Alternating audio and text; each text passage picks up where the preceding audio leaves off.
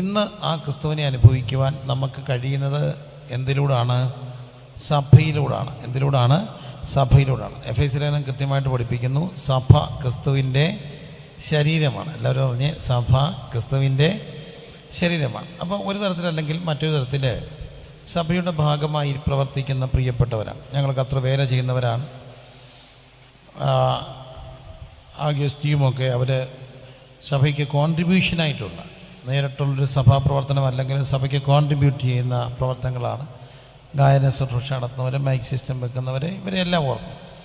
അപ്പോൾ സഭയിലൂടെയാണ് നമ്മളിന്ന് ക്രിസ്തുവിനെ അനുഭവിക്കാൻ കഴിയും. അതുകൊണ്ട് തന്നെ സഭ സ്ഥാപിക്കപ്പെടുകയാണ്. സഭയോട് ദൈവത്തിന് ഭയങ്കര സ്നേഹവും കരുതലുമാണ്. സഭ ക്രിസ്തുവിൻ്റെ എന്താണ്? ശരീരമാണ്. ക്രിസ്തുവിൻ്റെ മണവാട്ടിയാണ്. സഭ ഒരു കെട്ടിടമാണ്. സഭ ഒരു മർമ്മമാണ്. എഫേസ്യ ലേഖനത്തിൽ പറയുന്നു, സഭ ക്രിസ്തുവിൻ്റെ എന്താണ്? ശരീരമാണ്. എല്ലാവരും ചേർന്ന് പറഞ്ഞ് സഭ ക്രിസ്തുവിൻ്റെ ശരീരമാണ്. ഒന്നുകൂടെ പറഞ്ഞ് സഭ ക്രിസ്തുവിൻ്റെ ശരീരമാണ്. ഈ ശരീരം ഫങ്ഷൻ ചെയ്യുന്ന പോലെ തന്നെയാണ് സഭ ഫങ്ഷൻ ചെയ്യപ്പെടുന്നത്. ശരീരം ഫങ്ഷൻ ചെയ്യപ്പെടുന്നത് എന്തുള്ളത് കൊണ്ടാണ്? സഭ ബ്രെയിൻ ഉള്ളത് കൊണ്ടാണ്. ബ്രെയിൻ എന്തെങ്കിലും പറ്റിപ്പോയാൽ ദേഹം മുഴുവൻ എന്ത് ചെയ്തു പോവും? തളർന്നു പോകും. അപ്പം സഭ ഇന്നും ഇവിടെ സജീവമായിരിക്കുന്നത് ബ്രെയിൻ ഉള്ളത് കൊണ്ടാണ്. ബ്രെയിൻ ആരാ? ക്രിസ്തുവാണ്. സഭയുടെ തല ക്രിസ്തു. സഭയുടെ തല ക്രിസ്തു. ക്രിസ്തുവാണ് എല്ലാം നിയന്ത്രിക്കുന്നത്. നമ്മളും നടക്കുന്നതും തലയുള്ളത് കൊണ്ടാണ്. ഒരു ശരീരം ഫങ്ഷൻ ചെയ്യുന്നത് അങ്ങനെയാണ്. നമ്മുടെ ഇടത്തെ കയ്യിൽ ഒരു ഈച്ച കടിച്ച, കൊതുക് കടിച്ചാൽ എന്തോ ചെയ്യും? ഇടത്തെ കയ്യിൽ ഒരു കൊതുക് കടിച്ചു, എന്തോ ചെയ്യും? കൊതുകെ ആവോളം രക്തം ഊറ്റി കുടിക്കുക. നീ വിശന്ന് വന്നതല്ലേ, നീ സന്തോഷമായിട്ട് കുടിച്ചിട്ട് പോ എന്ന് പറയോ?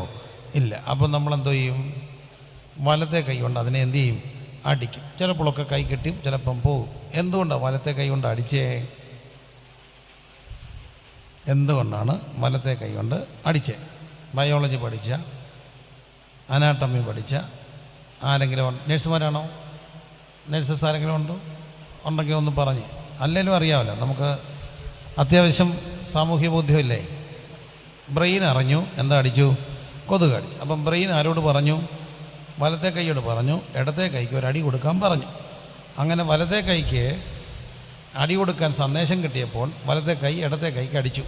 അപ്പോൾ ഈ വലത്തെ കൈ പറയുകയാണ്, എൻ്റെ വീട്ടിലെ യോഗത്തിന് അവൾ വന്നില്ല, അതുകൊണ്ട് ഞാൻ പോത്തില്ല എന്ന് പറഞ്ഞായിരുന്നേ എന്തോ ഇതിന്? വലത്തെ കൈ പണി മുടക്കിയാൽ ഇടത്തെ കൈ എന്ത് കൊണ്ടുകൊണ്ടേ ഇരിക്കണം? കൊതുകടി കൊണ്ടുകൊണ്ടിരിക്കണം. അല്ല പിന്നെ ഭിത്തിക്കിട്ടിടിക്കണം. ഭിത്തിക്കിട്ടിടിച്ചാൽ നോവുമോ? മുറിയും, ഒടിയാം. അപ്പോൾ അതുകൊണ്ട് ഇടത്തെ കൈക്ക് ആരെ വേണം? വലത്തെ കൈ വേണം. ഈ ഇടത്തെ കൈയും വലത്തെ കൈയും ഫങ്ഷൻ ചെയ്യുന്നത് ആരുള്ളത് കൊണ്ടാണ്? ബ്രെയിൻ ഉള്ളത് കൊണ്ട്. അതുകൊണ്ട് നമ്മൾ സഭ ക്രിസ്തുവിൻ്റെ എന്താണ്? ശരീരമാണ്. അതുകൊണ്ട് വളരെ സൂക്ഷിക്കണം. സഭയെ പറ്റിയുള്ള ഒരു ദൂത് ദൈവം എനിക്കൊരു പ്രത്യേക സാഹചര്യത്തിൽ തന്നു. ഞാൻ അമേരിക്കയിൽ എൻ്റെ ഒരു ജ്യേഷ്ഠൻ്റെ വീട്ടിൽ താമസിക്കുകയാണ്. അപ്പോൾ ആ ജ്യേഷ്ഠൻ ഭയങ്കര രസികനായി കഥകളൊക്കെ പറയും. ഞങ്ങളിങ്ങനെ വർത്തമാനം പറയുന്ന കൂട്ടത്തിൽ അദ്ദേഹം പറഞ്ഞൊരു കഥ, ചേച്ചി വർക്ക് ചെയ്യുന്ന സ്ഥാപനത്തിൽ ഒരു ചെറുപ്പക്കാരന് അമേരിക്കൻ ആൺപിള്ളേർക്ക്, അമേരിക്കയിലും ഇന്ത്യയിലും ഉണ്ട് ഇപ്പോൾ, ദേഹത്തൊക്കെ ഇപ്പോൾ എന്തോ അടിക്കും പിള്ളേർ? ടാറ്റു കുത്തുന്ന ഒരു രീതി ഇപ്പോൾ ഉണ്ട്. പണ്ട് അമേരിക്കയിലൊക്കെ അത് കൂടുതലാണ്. അപ്പോൾ ഇവനങ്ങ് ദേഹം മുഴുവൻ ടാറ്റും കുത്തി. 1, 2 അല്ല 12 ടാറ്റു കുത്തി. എത്ര ടാറ്റുവാ? 12 ടാറ്റു. ഈ 12 ടാറ്റു കുത്തിയപ്പം അപൂർവമായിട്ടൊക്കെ ചിലർക്ക് ഇത് റിയാക്റ്റ് ആകും, ചൊറിച്ചിലൊക്കെ ഉണ്ടാകും, ചിറക്കൊക്കെ ഉണ്ടാകും. ഏതായാലും ഇവനിത് റിയാക്ഷനായി ഡൈ ചെയ്യുന്ന പോലെയാണ്. ചിലർക്ക് ഡൈ കുഴപ്പമില്ല, എന്നാൽ ചിലർക്കെല്ലാം ഡൈ എന്ത് ചെയ്യാം? അലർജി ആകാം, അല്ലേ? ഡൈ അലർജി ആകുന്നുണ്ട്. ഡൈ ചെയ്ത് കിഡ്നി പോയവരെക്കുറിച്ച് ഞാൻ കേട്ടു. ഡൈ ചെയ്ത് ക്രിയാറ്റിൻ കൂടിയെന്നൊക്കെ പറയുന്നു. ക്യാൻസർ വരാമെന്ന് പറയുന്നു. ഏതായാലും ഡൈ ചെയ്യുന്നവർ ഓർക്കുക. ആരാണ്ടോട് ചോദിച്ചു, നീ എന്തോ ചെയ്യാൻ ചോദിച്ചാൽ പറഞ്ഞു, ഐ ആം ഡൈയിങ് എന്ന് പറഞ്ഞു. എന്താ ചെയ്യുക? Dyeing. What are you doing ചോദിച്ചാൽ പറഞ്ഞു, അപ്പച്ചൻ മോളോട് പറയുക, കൊച്ചുമോളെ, അപ്പച്ച what are you doing? I am dyeing. Knowingly ഒരു അൺനോയിങ്ങിലി അപ്പച്ചൻ is admit that while he is doing dye. ചെയ്ത് എല്ലാവരും എന്ത് ചെയ്യുക? കെമിക്കലെല്ലാം കൂടെ വാരത്തേക്ക്. ഏതായാലും ഇവൻ ഇച്ചിങ് ആയപ്പോൾ ഡോക്ടറെ കണ്ട. ഡോക്ടർ പറഞ്ഞ് ഇത് റിമൂവ് ചെയ്യണം, പക്ഷേ ലേസർ തെറാപ്പി ചെയ്ത് വേണം ഇത് റിമൂവ് ചെയ്യാൻ. ഭയങ്കര ഹൈ കോസ്റ്റ്ലിയാണ്. അമേരിക്കൻ ഒരു സിസ്റ്റത്തിലൊക്കെ മെഡിക്കൽ ഇൻഷുറൻസ് കിട്ടും. അപ്പോൾ അതുകൊണ്ട് മെഡിക്കൽ ഇൻഷുറൻസിന് വേണ്ടി ഇവൻ അപ്ലൈ ചെയ്തപ്പം ഇൻഷുറൻസ് കമ്പനിക്കാർ പറഞ്ഞു ടാറ്റുവിന് മെഡിക്കൽ കവറേജ് തരത്തില്ല, ഇൻഷുറൻസ് കവറേജ് തരത്തില്ല. അറ്റാക്കിന് തരാം, ക്യാൻസറിന് തരാം, ആക്സിഡൻറ്റിന് തരാം, പക്ഷേ എന്തിനു തരത്തില്ല? ടാറ്റുവിന് തരത്തില്ല. നിന്നോട് ആരും ആവശ്യപ്പെട്ടിട്ടില്ല ടാറ്റു പഠിക്കാൻ. Tattoo is not a medical reason. അതുകൊണ്ട് ടാറ്റുവിന് മെഡിക്കൽ ഇൻഷുറൻസ് കവറേജ് തരത്തില്ലെന്ന് ഇവൻ കൊണ്ട് ഇൻഷുറൻസ് കമ്പനിക്കെതിരായിട്ട് കേസ് കൊടുത്തു. ഇൻഷുറൻസ് കമ്പനിക്ക് അനുകൂലമായിട്ട് കോടതി വിധിച്ചു, എന്ത് കൊടുക്കണ്ട? ഇൻഷുറൻസ് കൊടുക്കണ്ട. അങ്ങനെ ഇൻഷുറൻസ് കൊടുക്കണ്ട എന്നുള്ള വിധി വന്നത് കൊണ്ടും ചൊറിച്ചിൽ മാറത്തില്ലല്ലോ. അവൻ്റെ ചൊറിച്ചിൽ മാറത്തില്ലല്ലോ. ചൊറിച്ചിൽ കൂടി വന്നു. അവസാനം നിവൃത്തിയില്ലാതെ സ്വന്തം കയ്യിൽ നിന്ന് കാശുണ്ടാക്കി അവനെ 12 ടാറ്റുവിൽ ഏറ്റവും കൂടുതൽ ചൊറിച്ച 2 ടാറ്റു അവൻ കാശ് കൊടുത്ത് മാറ്റി. ഇന്ന് അവൻ കമ്പനിയിൽ അറിയപ്പെടുന്നത് ഇച്ചിങ് -2 എന്നാണ്. Total itching 12 -2. Now he is known as itching -2. ഇത് പറഞ്ഞുകൊണ്ടിരിക്കുമ്പോൾ എനിക്കൊരു സന്ദേശം കിട്ടി. ആ സന്ദേശം ഇതാണ്: സഭയ്ക്ക് ടാറ്റു അടിച്ചാൽ എന്തോ കിട്ടത്തില്ല, ഇൻഷുറൻസ് കിട്ടത്തില്ല. ചില ചുമ്മാ സഭയ്ക്ക് ടാറ്റു അടിക്കും, അങ്ങ് ടാറ്റു അടിക്കും. എവിടെ ടാറ്റു അടിക്കുന്നറിയാം? സോഷ്യൽ മീഡിയയില്ല. കയറിയിരുന്ന് അങ്ങ് എഴുതി പൊടിക്കും. എന്നിട്ട് പുള്ളി വലിയ സംഭവം ചെയ്ത പോലെയാണ് പറയുക. സഭയ്ക്ക് ടാറ്റു അടിക്കുന്നവരോർത്തോണം എന്തില്ല? ഇൻഷുറൻസ് കവറേജ് ഇല്ല. എന്നാൽ ദൈവസഭയുള്ള ബന്ധത്തിൽ നിന്നോ 4 തലമുറയ്ക്കുള്ള ഇൻഷുറൻസ് കവറേജ്. Hallelujah, hallelujah. അതുകൊണ്ടാണ് പറയുക, നീതിമാൻ തുണയില്ല ഇരിക്കുന്നതും അവൻ്റെ സന്തതി അപ്പം ഇരക്കുന്നതും ഞാൻ എന്ത് ചെയ്തിട്ടില്ല, കണ്ടിട്ടില്ല. ബാലസിംഹങ്ങൾ ഇരകിട്ടാതെ വിശന്നിരിക്കുന്നത് കണ്ടിട്ടുണ്ട്. കാട്ടിലെ രാജാവിൻ്റെ മക്കൾ ബാലസിംഹങ്ങൾ ഇരകിട്ടാതെ വിശന്നിരിക്കുന്നത് കണ്ടു. നാട്ടിലെ രാജാവിൻ്റെ മക്കൾ, ശൗലിൻ്റെ മക്കൾ അലയുന്നത് കണ്ടു. പക്ഷെ ഒന്ന് ഞാൻ കണ്ടില്ല, നീതിമാൻ്റെ സന്തതി അപ്പം ഇരക്കുന്നത് കണ്ടിട്ടില്ല. എന്തുകൊണ്ടാ? ദൈവസഭയോടുള്ള ബന്ധത്തിലാണത് പറയുക. അപ്പോൾ എന്നെ കേൾക്കുന്ന വാത്സല്യ പ്രിയമുള്ളവരെ, ആ നിഗൂഢമായ സഭ സ്ഥാപിക്കപ്പെടുകയാണ് അപ്പോസ്തലപ്രവൃത്തി 2-ാം അധ്യായത്തിൽ. 1-ാം അധ്യായത്തിൽ കർത്താവായ യേശുക്രിസ്തുവിൻ്റെ സ്വർഗാരോഹണ സമയത്ത് ക്രിസ്തു ശിഷ്യരെ വിളിച്ചു നോക്കിയിട്ട് 1:4 പറയുന്നു: നിങ്ങൾ എന്നോട് കേട്ട പിതാവിൻ്റെ വാഗ്ദത്തത്തിനായിട്ട് നിങ്ങൾ യെരൂശലേം വിട്ടു പോകാതെ എന്ത് ചെയ്യണം? കാത്തിരിക്കണം. എന്തുവോളം? ഉയരത്തിൽ നിന്ന് ശക്തി ലഭിക്കുവണം. അപ്പോസ്തലപ്രവൃത്തി 1-ാം അധ്യായം. അങ്ങനെ അവർ കുടി മരിക്കുമ്പോൾ യെരൂശലേമിൽ നിന്ന് വാങ്ങിപ്പോകാതെ എന്നോട് കേട്ട പിതാവിൻ്റെ വാഗ്ദത്തത്തിനായിട്ട് എന്ത് ചെയ്യണം? ഞാൻ നിങ്ങൾക്ക് പരിശുദ്ധാത്മാവ് കൊണ്ട് സ്നാനം തരും. അങ്ങനെ അവർ കാത്തിരുന്നു. 2-ാം അധ്യായത്തിൽ വന്നപ്പോൾ അവരെല്ലാവരും ഒരുമിച്ച് അമ്മ മറിയത്തോടെയും മറ്റ് സഹോദരിമാരോടെയും ശിഷ്യന്മാരോടും ഒപ്പം കാത്തിരുന്നപ്പോൾ 2-ാം അധ്യായത്തിൻ്റെ 1-ാമത്തെ വാക്യത്തിൽ കാണുന്നു, പെട്ടെന്ന് കൊടിയ കാറ്റടിച്ചു, ആ വീട് മുഴുവൻ നിറഞ്ഞു. അവരെല്ലാവരും ആത്മാവ് ഉച്ചരിപ്പാൻ നൽകിയതുപോലെ അന്യഭാഷകളിൽ ദൈവത്തെ സ്തുതിക്കാൻ തുടങ്ങി. അങ്ങനെ അവരെല്ലാവരും ദൈവത്തെ സ്തുതിച്ചു, അന്യഭാഷകളിൽ സംസാരിച്ചു. ഓടിക്കൂടി ആളുകൾ. അവരെ ഓടിക്കൂടിയവർക്കെല്ലാം എന്ത് മനസ്സിലായി? ഈ പറയുന്നതൊക്കെ മനസ്സിലായി. ഞാനതിനെ ഇങ്ങനെ വ്യാഖ്യാനിക്കും. ഇന്നത്തെ ഈ പരിശുദ്ധാത്മാവ് വന്നപ്പോൾ, സഭ സ്ഥാപിക്കപ്പെട്ടപ്പോൾ ആദ്യം ഉണ്ടായൊരു മാറ്റം, വന്നവർക്കെല്ലാം എന്തൊക്കെയോ എന്തായി മനസ്സിലാകാൻ തുടങ്ങി. മനസ്സിലായി. ഇന്നൊരു കൺഫ്യൂഷൻ്റെ ലോകത്താണ് പൊതുവെ പോവുക. അത് ഭയങ്കര പ്രശ്നമാണ് സത്യത്തിൽ. ഈ ഭർത്താവ് ഓഫീസിൽ ചെന്നാൽ നമുക്ക് ടെൻഷനുമായിട്ട് നമ്മൾ വീട്ടിൽ വരുമ്പോൾ വീട്ടുകാർക്ക് എന്താകും? ടെൻഷനാകും. ഞാനിങ്ങോട്ട് വന്നപ്പോൾ ഒരു കഥ കേട്ടോണ്ടാണ് വന്നത്. ആ കഥ ആരും വൈഫ് അയച്ചു തന്നാൽ, ചില നല്ല കഥകളൊക്കെ ആരെങ്കിലുമൊക്കെ അയച്ചു തരും. അപ്പോൾ എല്ലാവരുടെയും കേൾക്കത്തില്ല. എന്നാൽ സെലക്റ്റീവായിട്ട് അയക്കുന്നവരെ ശ്രദ്ധിക്കാറുണ്ട്. അവർ വല്ല ഗുണമുള്ളത് അയക്കത്തുള്ളൂ. അപ്പോൾ അതിനകത്തൊരു കഥ പറഞ്ഞു. ഒരു സ്റ്റാഫ് എന്നും വരുമ്പോൾ വീട്ടിൽ നിന്നൊരു റോസാപ്പൂ വളർത്തി മാനേജറുടെ റൂമിൽ കൊണ്ടുവെക്കും. മാനേജർ ഒരു വാക്കും പറഞ്ഞിട്ടില്ല, അപ്രീഷിയേറ്റ് ചെയ്തിട്ടില്ല. എന്നാൽ ഒരു പ്രാവശ്യം മാനേജർ ഇങ്ങനെ വന്നപ്പം ഈ പിയൂൺ അവിടെ ഇരിക്കാണ്ട് സാധു മനുഷ്യനാണ്, സ്നേഹം കൊണ്ട് ചെയ്യുന്ന. അപ്പോൾ അദ്ദേഹം ഒരിക്കലും അപ്രീഷിയേറ്റ് ചെയ്യാതെ ഈ മനുഷ്യൻ പറഞ്ഞു, എന്നാലും എൻ്റെ മേശപ്പുറത്ത് വെച്ച പൂ ഇന്നങ്ങ് വാടിയ പൂവാണെന്നല്ലൂടെ താൻ കൊണ്ടുവന്ന് പറഞ്ഞു. നല്ല പൂ വെച്ചപ്പോൾ എന്ത് ചെയ്തിട്ടില്ല, പറഞ്ഞിട്ടില്ല. പൂ വാടിപ്പോയല്ലോ എന്ന് പറഞ്ഞു. ഈ പിയൂൺ ഇതങ്ങ് സങ്കടമായി. പിയൂൺ സങ്കടപ്പെട്ട് അന്നത്തെ ദിവസം അയാൾ ചെയ്ത് ഒന്നും ശരിയായില്ല. ഏതായാലും സ്ട്രെസ് അടിച്ച് അയാൾ വീട്ടിൽ ചെന്നു. സാധാരണ വീട്ടിലോട്ട് അയാൾ ചെന്ന് വരുമ്പോഴേ പാവം പിടിച്ച ഭാര്യ ചേട്ടായി വരുമ്പോഴേ അതൊരു സന്തോഷമല്ലേ, വരുമ്പോഴേ കഥ തുറന്ന് ചിരിച്ചുകൊണ്ട് വരും. ഇപ്പം പൊതുവെ ആരും വരാറില്ല, അങ്ങനെ തിരിച്ചുകൊണ്ടൊക്കെ വരും. ഞാനും എൻ്റെ ഭാര്യയും കൂടെ എൻ്റെ അപ്പായെയും കൊണ്ട് രാത്രി ICU കിടക്കും. അപ്പ ICUവിൽ, ഞാനും ഭാര്യയും ICUവിൻ്റെ പുറത്ത്. വർഷങ്ങൾക്ക് മുമ്പാണ്. നിശബ്ദതയുടെ കൂരിരുട്ട്, എങ്ങും ഒരു അനക്കവും ഇല്ല. ICUവിൻ്റെ മുമ്പിൽ ഞങ്ങൾ മാത്രം. രാത്രി 2 മണിക്ക് ഇങ്ങനെ ഒരു പാട്ട് തലോടി വരിക. ആരോ ഉറക്കെ പാടുന്നു, പൂമുഖവാതുക്കൽ സ്നേഹം വിതയ്ക്കുന്ന പൂന്തുങ്കളാണ് എൻ്റെ ഭാര്യ. ആൻറ്റി പാടുന്നു, പൂമുഖവാതുക്കൽ സ്നേഹം വിതയ്ക്കുന്ന പൂന്തകൾ. അപ്പം ഞങ്ങളുടെ ഇവിടെ തപ്പിപ്പോയി ഇത് ആരാന്ന് കാണാൻ ചെന്നപ്പോൾ ഒരു ബെഞ്ചിൽ ഒരു മനുഷ്യൻ ഇങ്ങനെ കിടന്ന് ഉറക്ക രാത്രി 2 മണിക്ക് പാടുക, പൂമുഖവാതുക്കൽ സ്നേഹം വിതയ്ക്കുന്ന പൂന്തകൾ. അപ്പോൾ എൻ്റെ ഭാര്യ ഉണ്ട് പറഞ്ഞു, എന്തോരം നല്ല ഭാര്യയായിരിക്കും, അതുകൊണ്ടാണ് ഈ രാത്രി പാടുക. ഞങ്ങൾ ചെന്ന് വളർത്തി ചേട്ടായി പുള്ളി ഞെട്ടിപ്പോയി, എല്ലാം മറന്ന് പാടുക, എന്തൊരു നല്ല ഭാര്യയായിരിക്കും. അവരെവിടാ 12 വർഷം മുമ്പ് അവളെന്നെ ഇട്ടേച്ച് വേറൊരുത്തിൻ്റെ കൂടെ പോയി, എന്നാലും അവൾ നല്ലവളായിരുന്നു. ഇപ്പോഴും ആ ഓർമ്മയിൽ പാടുക, പൂമുഖവാതുക്കൽ സ്നേഹം വിതയ്ക്കുന്നു. ഏതായാലും ഈ മനുഷ്യൻ ചെന്നപ്പോൾ ഭാര്യ ചായയും കൊണ്ട് വന്ന് കഥ തുറന്നു. ഇയാൾ സ്ട്രെസ് അടിച്ചാൽ നിൻ്റെ ചായ എന്നും പറഞ്ഞുകൊണ്ട് ഒരു തട്ട് എന്തോ പോയി, ചായ പോയി. അതോടുകൂടി ആര് അസ്വസ്ഥയായി? ഭാര്യ അസ്വസ്ഥയായി. ഭാര്യ അസ്വസ്ഥയായി ചെന്നപ്പോഴാണ് മോള് ഹോംവർക്ക് ചെയ്യിക്കാൻ വേണ്ടി അമ്മ എടുത്തു തരുന്നത്. എന്നും ഹോംവർക്ക് ചെയ്യാൻ സഹായിക്കുന്ന ആരാ? അമ്മയാണ്. അമ്മ എന്തോ ചെയ്തു? ഹോംവർക്കും കൊണ്ട് വന്നപ്പോൾ ആ ബുക്ക് മേടിച്ചു ഒരൊറ്റ കയറ് തന്നെ അങ്ങോട്ട് ചെയ്യത്തില്ല, എൻ്റെ അടുക്ക വന്നേക്കാം, ഒറ്റ ഏറ് വെച്ച് കൊടുത്തു. ചുരുക്കത്തിൽ ആര് അസ്വസ്ഥയായി? കൊച്ച് അസ്വസ്ഥയായി. അവിടെ കൊച്ചു പൂച്ചക്കുട്ടി ഉണ്ടായിരുന്നു. ഈ പൂച്ചക്കുട്ടിക്ക് മോളെ വലിയ ഇഷ്ടമാണ്. മോൾ അസ്വസ്ഥപ്പെട്ടിരുന്നപ്പോൾ ആര് വന്നു? പൂച്ചക്കുട്ടി വന്നു. ഒറ്റ ചവിട്ട് ആര് ചത്തുപോയി? പൂച്ച ചത്തുപോയി. പൂച്ച ചത്തുപോകാൻ കാര്യം ആരാ? സത്യത്തിൽ പൂച്ച ചത്തുപോകാൻ കാര്യം ആരാ? പൂച്ചയെ കൊന്ന ആരാ? പൂച്ചയെ കൊന്നത് മോളാണോ റോസാപ്പൂ വന്നു? പൂച്ചയെ കൊന്നത് ഈ മോളാണോ റോസാപ്പൂ വന്നോ? അപ്പോൾ റോസാപ്പൂ തൊട്ടി പ്രശ്നം തുടങ്ങിയത്. അവരവരുടെ സ്ട്രെസ്സ് ഇങ്ങനെ കാര്യവും ചെയ്ത് മറ്റുള്ളവരിലേക്ക് പകർന്നു കൊടുത്ത് ഒരു കലക്കത്തിൻ്റെ ആത്മാവ് എല്ലായിടത്തും ഇങ്ങനെ വ്യാപരിക്കുന്നുണ്ട് അല്ലേ? ഒരു കാര്യമില്ലാതെ അയാൾ വന്നപ്പോൾ സ്ട്രെസ്സുമായിട്ട് വീട്ടിൽ വന്ന ഭാര്യയുടെ ചായ തട്ടിക്കളഞ്ഞു. അവക്കെന്തായി? ടെൻഷനായി. കൊച്ചിൻ്റെ ഹോംവർക്കിൻ്റെ കീറിക്കളഞ്ഞു. ആർക്ക് ടെൻഷനായി? കൊച്ചിനെ ടെൻഷനായി. പാവം ആര് ചത്തുപോയി? പൂച്ചക്കട്ടി ചത്തുപോയി. ഇതുപോലെയാണ് നമ്മുടെ എല്ലാം വീടുകളിൽ ഇങ്ങനെ കലങ്ങുക. കൊച്ച് വന്നിട്ട് പറഞ്ഞു, എനിക്കിപ്പോൾ ചെറുക്കന്മാരുണ്ട്, ഇപ്പം എനിക്ക് ബൈക്ക് മേടിച്ചു തരുന്നുണ്ടോ, ഇപ്പം എനിക്ക് ബൈക്ക് മേടിച്ചു തരുന്നുണ്ടോ. ഭക്ഷണമായി. പെങ്കൊച്ച് വേറെ ഫോൺ മേടിച്ചു കൊടുക്കണം. ചില പെൺപിള്ളേരുണ്ട് ഇപ്പോൾ വന്നിട്ട് പറഞ്ഞു, ഞങ്ങൾ പെൺപിള്ളേരെല്ലാം കൂടെ ഞങ്ങൾ കൂട്ടുകാരെല്ലാം കൂടെ ഇന്ന് കൂട്ടുകാരത്തിൽ തീറ്റി കിടക്കാൻ പോവാ, ഞങ്ങളെല്ലാവരും അവിടെ കിടക്കുന്നേ. അമ്മ എന്താ പറയും? ഇവിടുന്ന് ഒരുത്തിയും ഒരു വീട്ടിലും രാത്രി എന്ത് ചെയ്യുന്നില്ല? കിടക്കത്തില്ല.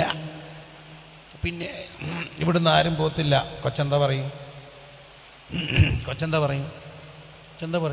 പിന്നെ ഞാൻ എന്തു ചെയ്യും? അപ്പോൾ പിന്നെ അമ്മ എന്താ പറയും? ഇവിടുന്ന് ഒരുത്തി എന്ത് ചെയ്യത്തില്ല? പോകത്തില്ല എന്ന് പറയും. അച്ചായൻ ചിലപ്പോൾ മൂളി അമ്മ പറഞ്ഞാൽ എന്ത് ചെയ്തു? പൊക്കോ. ഈ അച്ചായന്മാർ നൈസായിട്ട് എസ്കേപ്പ് ചെയ്യും. എല്ലാം കൂടെ ആരുടെ മണ്ടയ്ക്കോട്ടിടും. അമ്മ പറഞ്ഞാൽ പൊക്കോളാൻ. അമ്മ വിടത്തില്ലെന്ന് ആർക്കറിയാം? അച്ചായനറിയാം. അച്ചായൻ പിള്ളേരുടെ മുമ്പ് ഡീസൻറ്റ് നല്ല പപ്പ അലയ്ക്കുന്നതെല്ലാം ആരാ? അമ്മയാണ്. ഇതാണ് സ്വാഭാവികമായിട്ട് സംഭവിക്കുക. അപ്പോൾ അമ്മ പറഞ്ഞു, പോകണ്ട, ഇവിടുന്ന് ആരും പോകുന്നില്ലേ. കൊച്ചു പറഞ്ഞു, പിന്നെ പോവും. ജനറേഷൻ ഗ്യാപ്പ് എന്ന് പറഞ്ഞാൽ ഇത്രയേ ഉള്ളൂ. ഗ്യാപ്പ് ബിറ്റ്വീൻ പിന്നെ ആൻഡ് ഇല്ല. ദ ഗ്യാപ്പ് ബിറ്റ്വീൻ പിന്നെ ആൻഡ് ഇല്ല.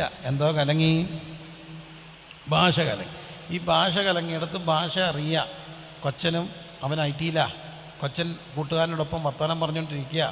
തലേദിവസമാണ് അവൻ അതിൻ്റെ ഇറങ്ങിയപ്പം തന്നെ ന്യൂ ബ്രാൻഡ് ഐഫോൺ മേടിച്ചു. ഏറ്റവും വില കൂടിയ ഫോണാണ് മേടിച്ച് ഇരിക്കും. അത് കുത്തി വെച്ചേക്കുക. അവൻ്റെ അമ്മയ്ക്ക് പ്രായമാണ്. അപ്പോൾ ഇവർ വർത്തമാനം പറഞ്ഞുകൊണ്ടിരിക്കുമ്പോഴാണ് അമ്മ ബെല്ലടിക്കുന്നത് കേട്ടോണ്ട് ഓടി വന്നപ്പോൾ മോൻ തിണ്ണയിരുന്ന് വർത്തമാനം പറയുക. അപ്പോൾ അമ്മയ്ക്കൊരു പേടി, ഇനിയും കോളങ്ങാണം നിന്ന് പോയാൽ പാവത്തിനറിയില്ല. ഈ അമ്മ ഇത് എടുത്തുകൊണ്ട് ഡിസ്കണക്ട് ചെയ്ത് എടുത്തുകൊണ്ട് കൊടുക്കുക മോന്. പക്ഷെ ഡിസ്കണക്ട് ചെയ്ത് എടുത്തുകൊണ്ട് കൊടുക്കുമ്പോൾ ഈ സാധനം കയ്യിൽ നിന്ന് അങ്ങ് താഴെ പോയി. പുത്തൻ ഐഫോൺ താണ്ട് അതിൻ്റെ ഡിസ്പ്ലേ എല്ലാം പൊട്ടിപ്പോയി. കൂട്ടിരിക്കുന്ന കൂട്ടുകാരന് മനസ്സിലായി ഇത്രയും വില കൂടിയ ഫോണാണ്. പക്ഷേ ഈ ചെറുപ്പക്കാരൻ എഴുന്നേറ്റിട്ട് അമ്മയെടുക്കെ ചെന്നിട്ട് പറഞ്ഞു, എൻ്റെ അമ്മ ഇത് പൊട്ടിയോ? നല്ല കാര്യമായി. എന്നാ കാര്യം എന്നറിയാം? പൊട്ട ഫോണാ, ഒരു കാര്യം കേൾക്കത്തില്ല ഇതിനകത്തൂടെ പറഞ്ഞ.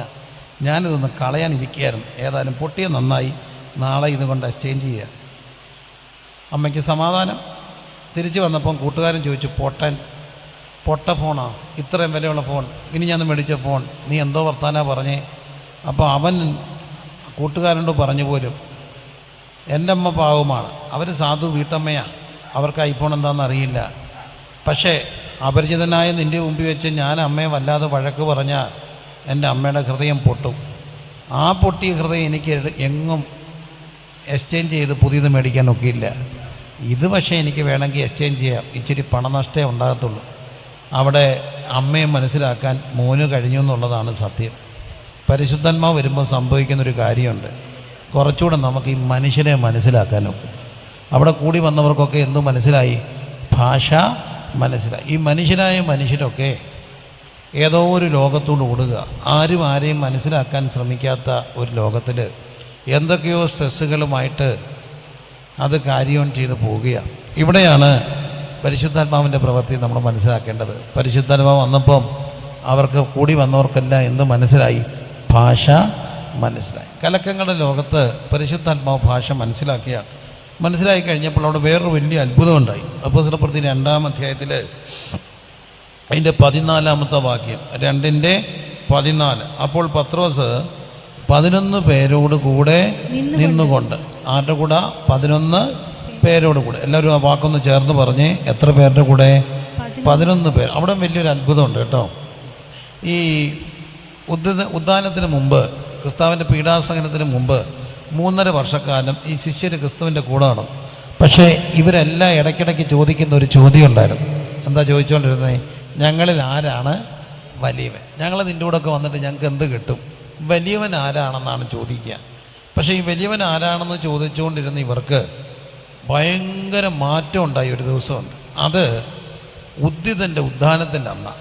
ഉദ്ധിതൻ ഉദ്ധാനം ചെയ്യുകയാണ്. ആ പ്രഭാതത്തിൽ യോഹന്നാന്റെ സുവിശേഷം 20-ാം അധ്യായത്തിൽ അതിരാവിലെ കല്ലറയ്ക്കിലേക്ക് ഒരു സ്ത്രീ വരുന്നുണ്ട്. ആരാ? മറിയൊക്കെയാണ് വരികയാണ്. അവർ അതികാലത്ത് ഈ കല്ല് നമുക്ക് വേണ്ടി ആരും ഉരുട്ടി മാറ്റുമെന്നൊക്കെ വരുമ്പോൾ കല്ല് തുറന്ന് കിടക്കുന്നത് കാണുന്നു. ക്രിസ്തു വിളിക്കുന്നു. അവർ ഓടിപ്പോയിട്ട് ഈ വർത്തമാനം ആരോട് പറയുന്നു? ശിഷ്യരോട് പറയും. ശിഷ്യരോട് പറഞ്ഞപ്പോൾ 2 പേര് ഓടി വരികയാണ്. ആരൊക്കെയാ? യോഹന്നാനും പത്രോസും. യോഹന്നാൻ ഇവിടെ പറയുക സ്നേഹിച്ച ശിഷ്യനെന്നാണ്. ശിഷ്യൻ ഓടി വന്നു. മുമ്പിൽ ഓടിയെത്തിയത് ആരാന്നറിയാമോ? മുമ്പിൽ ഓടിയെത്തിയത് ആരാ? 20 വായിച്ചു. യോഹന്നാൻ 20 കാണുന്നു 24-ാം വാക്യം. അതുകൊണ്ട് പത്രോസും മറ്റേ ശിഷ്യനും പുറപ്പെട്ട് കല്ലറയ്ക്ക് വന്നു. പുസ്തകമുള്ളവർ ആവോളം തുറക്കണേ. 20 ഒന്നിച്ച് ഓടി. മറ്റേ ശിഷ്യൻ പത്രോസിനേക്കാൾ വേഗത്തിൽ ഓടി ആദ്യം കല്ലറയ്ക്കെത്തി. കുനിഞ്ഞു നോക്കി, ശീലകൾ കിടക്കുന്നത് കണ്ടു, അകത്ത് കടന്നില്ല. അവൻ്റെ പിന്നാലെ ശീമോൻ പത്രോസും വന്ന് കല്ലറയെ കിടന്നു. ശീലകൾ കിടക്കുന്നു. അവൻ്റെ തലയെ ചുറ്റിയിരുന്ന റൂമാൽ ശീലകളോട് കിടക്കാതെ ചുരുട്ടി വെച്ചിരിക്കുന്നത് കണ്ടു. ആദ്യം കല്ലറയ്ക്കിലെത്തിയ മറ്റേ ശിഷ്യനും അപ്പോൾ അകത്ത് എന്ന് കണ്ട് വിശ്വസിച്ചു. ആരാണ് ആദ്യം വന്നത്? ആദ്യം കല്ലറയ്ക്കൽ ഓടിയെത്തിയത് ആരാ? യോഹന്നാനാണ്. പക്ഷെ ആദ്യം കല്ലറയെ കടന്ന ആരാ? പത്രോസാണ്. പത്രോസ് 2-ാമതാണ് എത്തിയത്. പക്ഷെ പത്രോസിനെ യോഹന്നാൻ ആരാക്കി? 1-ാമനാക്കി. 1-ാമനായി യോഹന്നാൻ ആരായി? 2-ാമനായി. ഇതിനു മുമ്പ് അവർ ചോദിച്ച ചോദ്യമുണ്ട്, ആരാണ് വലിയവൻ? ഇന്ന് തന്നെ ഇവർക്ക് വലിയവനാകണ്ടാത്തേ. എന്തുകൊണ്ടായി 1-ാമൻ ആരായത്? 2-ാമനായത്? ഒറ്റ കാര്യമാണ്. യോഹന്നാനെ കർത്താവ് ഒരു രഹസ്യം കാണിച്ചു. ക്രൂശിൽ കിടന്നുകൊണ്ട് യോഹന്നാൻ മാത്രം കണ്ട ഒരു കാര്യമുണ്ട്. ഒരു പടയാളി വന്നിട്ട് അവൻ്റെ വിലാപ്പുറം കുത്തി തുറന്നപ്പോൾ അവൻ്റെ ചങ്ക് തുറന്നു. ആ ചങ്കിനകത്തുനിന്ന് രക്തവും വെള്ളവും പുറപ്പെട്ടു. അതാര് കണ്ടു? യോഹന്നാൻ കണ്ടു. കർത്താവിൻ്റെ ചങ്ക് കണ്ട യോഹന്നാന് ഇനി ഒരിക്കലും 1-ാമനാകാനുള്ള തിടുക്കമില്ല. ചങ്ക് കണ്ടവൻ എന്താകണ്ട? 1-ാമനാകണ്ട. 1-ാമൻ ആരായി? 2-ാമനായി. 2-ാമനെ ആരാക്കി? 1-ാമനാക്കി. ഇതാണ് കുടുംബത്തിലൊക്കെ സംഭവിക്കേണ്ടത്, സഭയിൽ സംഭവിക്കേണ്ടത്. ഇതൊരു ഗ്രേറ്റ് മിസ്റ്ററിയാണ്. ഇത് കാണണമെങ്കിൽ ക്രിസ്തുവിൻ്റെ കുരിശ് ചങ്ക് കാണണം കേട്ടോ. അവർക്ക് മാത്രമേ ഇതൊക്കെ കഴിയുള്ളൂ. ഇന്ന് കുടുംബങ്ങളിലൊക്കെ ഭയങ്കര പ്രശ്നങ്ങളുണ്ട്. ഡിവോഴ്സുകൾ കൂടുന്നു. അതിനെതിരെ ആരും പറയാറില്ല. നമ്മൾ ഒരു വലിയ യാത്രയിലാണ്. ഈ യാത്രയിൽ കുടുംബങ്ങൾ തകർന്ന ഈ സഭ തകരും. കുടുംബങ്ങൾ തകർന്ന സഭ തകരും. കുടുംബങ്ങൾ തകർന്ന കുഞ്ഞുങ്ങളില്ലാതെ വരും. കുഞ്ഞുങ്ങളില്ലാതെ വന്നാൽ നാളെ സഭ കാണില്ല. ഇന്ന് തന്നെ നിങ്ങൾക്കറിയാം, കേരളത്തിലെ ഞങ്ങൾ ഇന്നലെ റാന്നി സെൻറ് തോമസ് കോളേജിൻ്റെ ജൂബിലി എന്താണ് പൂർവ്വ അലുമിനി സംഗമം. എന്തുമാത്രം പിള്ളേർ, ഞങ്ങളൊക്കെ പഠിക്കുന്ന സമയത്ത് PDCക്ക് തന്നെ 1000 പിള്ളേരാണ്. ഇന്ന് +2 ഇല്ല, പോട്ട് ഡിഗ്രിയിലൊക്കെ ഒരു അഡ്മിഷനൊക്കെ കിട്ടാൻ എന്തെല്ലാം കാര്യങ്ങളാണ്. ഇന്ന് ഏത് കോഴ്സിനും ചുമ്മാ കിട്ടും. കാരണം ആരില്ല, പിള്ളേരില്ല. പിള്ളേരില്ലാത്ത എന്തുകൊണ്ടാണ്? പിള്ളേരൊന്നും പുറത്തു പോയത് തന്നെയല്ല, പിള്ളേരെ വേണ്ട. കല്യാണം കഴിച്ച ദമ്പതികൾക്ക് ആര് വേണ്ട? പിള്ളേർ വേണ്ട. പിള്ളേർ വേണമെന്ന് ആഗ്രഹിക്കുന്ന കുറവാണിന്ന്. പല പിള്ളേരെയും കല്യാണം കഴിക്കുമ്പോഴേ പറയും നമുക്കിപ്പോഴെന്തോ വേണ്ട, പിള്ളേരെ വേണ്ട. പിന്നെ ഇവർക്ക് തോന്നുമ്പം വേണമെന്ന് അന്നേരം കൊടുക്കാൻ ആരാണ്ടിരിപ്പുണ്ടോ തമ്പുരാൻ? ഇവർക്ക് ഇഷ്ടമുള്ളപ്പം കൊടുക്കാനുള്ളതാണോ കുഞ്ഞ്? അല്ല, കുഞ്ഞ് കർത്താവിൻ്റെ താനല്ലേ. ഈ അടുത്തിടയ്ക്ക് ഒരു പെങ്കൊച്ച് എൻ്റെ അടുക്ക വന്നു. അവിടെ സങ്കടം. അവൾ വയസ്സ് 10, 33, 4 അത്ര അധികം. അവൾ ഇതുവരെയും കെട്ടുന്നില്ലെന്ന് പറഞ്ഞുകൊണ്ട് നിൽക്കുകയായിരുന്നു. ഇപ്പോൾ അവൾക്ക് കെട്ടണം. 30, 35 ആകുമ്പോൾ ഇവർ കെട്ടാൻ വന്നാൽ നമ്മൾ ഉപദേശിമാർ കുഴഞ്ഞു പോകും. നമ്മൾ എവിടെ പോയി ചെറുക്കനെ കൊണ്ടുവരും? സങ്കീർത്തനം 127 പറയുന്നു, വീരൻ്റെ കയ്യിലെ അസ്ത്രങ്ങൾ എങ്ങനെയോ അങ്ങനെയാകുന്നു യൗവനത്തിലെ അവയെ കൊണ്ട് തൻ്റെ ആവനാഴിയെ നിറച്ചിരിക്കുന്ന പുരുഷൻ ഭാഗ്യം. എനിക്ക് തോന്നുന്നു ഞാനേ ഇതിപ്പം പറയാറുള്ളൂ. അങ്ങനെയെങ്കിൽ ഞാൻ ചോദിച്ചോട്ടെ, യൗവനത്തിൽ മക്കളുണ്ടാകണമെങ്കിൽ പിള്ളേരെപ്പം കല്യാണം കഴിക്കണം? യൗവനത്തിൽ കല്യാണം കഴിക്കണം. അപ്പോൾ ആ കുട്ടി കൊണ്ട് പറയുകയാണ് കല്യാണം കഴിക്കാൻ പക്ഷേ വിത്ത് എ കണ്ടീഷൻ, പിള്ളേരുണ്ടാകണം നിർബന്ധിക്കുന്ന ഭർത്താവ് പാടില്ല. ഇനി വന്നാലും ഒന്നേ ആകാവും, ഒന്നിക്കുള്ളിൽ എനിക്ക് ഒക്കത്തില്ല. ഞാൻ ചോദിച്ചു, നീ എത്രാമത്തെയാ? ഞാൻ 3ാമത്തെ. നീ 3ാമത്തെ ആയപ്പോൾ നിൻ്റെ അമ്മ അന്ന് പറഞ്ഞു 1 മതിയെന്ന് പറഞ്ഞാൽ നീ കാണുമായിരുന്നോ? ഇല്ല, അമ്മ സ്വീകരിച്ചു മക്കളെയെല്ലാം. അല്ല, ഈ കൺവെൻഷൻ സെൻറ്ററിൽ ഞാൻ ചോദിച്ചോട്ടെ, 2ാമത്തെ മക്കളൊന്ന് കൈപൊക്കിക്കേ. ദൈവം 2ാമത്തെ മക്കൾ, നിങ്ങളുടെ വലിയവരും ചെറിയവരല്ല, വീട്ടിൽ 2ാമത്തെ മക്കളൊന്ന് കൈപൊക്കിക്കേ. ദൈവം അനുഗ്രഹിക്കട്ടെ. 3ാമത്തെ മക്കൾ താത്തിട്ടെ, 3ാമത്തെ മക്കൾ കൈപൊക്കിക്കേ. ദൈവം അനുഗ്രഹിക്കട്ടെ. 4ാമത്തെ മക്കൾ കൈപൊക്കിക്കേ. ദൈവം അനുഗ്രഹിക്കട്ടെ. 5ാമത്തെ മക്കൾ കൈപൊക്കിക്കേ. കൈ താത്തിടരുതേ. കുഞ്ചി അമ്മയ്ക്ക് 5 മക്കളാണ്. 5ാമൻ ഓമന കുഞ്ചാണ്. കണ്ടോ, ഓമന കുഞ്ചിക്കളെ കണ്ടോ? 5ാമത്തെ ദൈവം അനുഗ്രഹിക്കട്ടെ. 6ാമത്തെ മക്കളെ കൈപൊക്കിക്കേ. കണ്ടോ? 7ാമത്തെ മക്കളെ കണ്ടോ? 7. 8ാമത്തെ മക്കളെ കണ്ടോ? 8. ഒരു നല്ല കയ്യടി കൊടുത്തേ. അവരുടെ അമ്മ ഉണ്ടോ? അമ്മച്ചി ഉണ്ടോ? മരിച്ചുപോയി. എന്നാലും 8ാമത്തെയാ. 9ാമത്തെ ഉണ്ടോ? 9. 10. 9 ഉണ്ടോ ഇവിടെ? 10 ഉണ്ടോ? 11 ഉണ്ടോ? 10 ഉണ്ടോ? 11, 12. നല്ല ആഞ്ഞ കൈയോടി കൂടെ അമ്മച്ചിയുടെ അമ്മയ്ക്ക് ഉണ്ടോ? അമ്മച്ചി അമ്മ ഉണ്ടോ? മരിച്ചുപോയി. എന്നാലും എന്തൊരു അമ്മയായിരുന്നു. 12 മക്കളെ പെറ്റൊരമ്മയെ. നിൻ്റെ മക്കളിൽ ഞാനാണ് അനാഥൻ അല്ലേ? നോക്കിയേ, 12 മക്കളെ പെറ്റൊരമ്മയുടെ മോള് 12ാമത്തെയാ. ഏറ്റവും ഇളയതാ. എൻ്റെ കർത്താവേ, ഒന്ന് നല്ലപോലെ ദൈവത്തിനൊന്ന് സ്തോത്രം ചെയ്തേ. 12 മക്കൾ കണ്ടോ? 12 മക്കളെ. ഞാൻ എൻ്റെ ജീവിതത്തിൽ ഏറ്റവും കണ്ടിട്ടുള്ളത് 14 മക്കളെ പ്രസവിച്ച ഒരമ്മയാണ്. അപ്പച്ചനെ അമ്മച്ചി ഞാൻ റീസെൻ്റായിട്ട് പോയി കണ്ടു. അപ്പോൾ അമ്മച്ചിക്ക് കല്യാണം കഴിഞ്ഞപ്പോൾ മക്കളുണ്ടാകത്തില്ല, യൂട്രസ് ക്യാൻസർ. ഇവരൊന്നും വൃദ്ധരായിപ്പോൾ യൂട്രസ് ക്യാൻസറാന്ന് പറഞ്ഞപ്പോൾ അവർ രണ്ടും കൂടെ ഒരു കാര്യം ദൈവസന്ധി ഉടമ്പടി എടുത്തു. അമ്മ, എൻ്റെ ഭാര്യയുടെ യൂട്രസ് ക്യാൻസർ മാറ്റിയാൽ എത്ര മക്കളെ തന്നാലും റെഡി ടു റിസീവ്.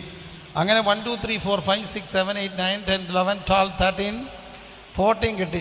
അപ്പച്ചൻ എന്നോട് ചെവി പറയുക, pastor ji, still I am okay, but what to do? എൻ്റെ കുഴപ്പമല്ല, she is not okay now, otherwise I would have been okay എന്ന് പറഞ്ഞ് അപ്പച്ചനെ കണ്ടപ്പോൾ സന്തോഷം തോന്നി. എന്നാലും ഇന്ന് ആരെ വേണ്ട? മക്കളെ വേണ്ട.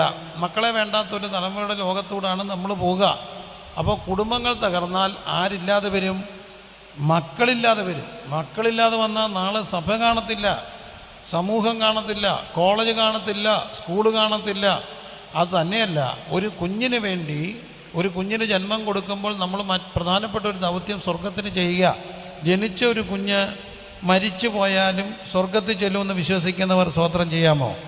ഒരു കുഞ്ഞ് ജനിച്ചു, മരിച്ചു, ആ കുഞ്ഞ് സ്വർഗത്തിൽ കാണുമോ?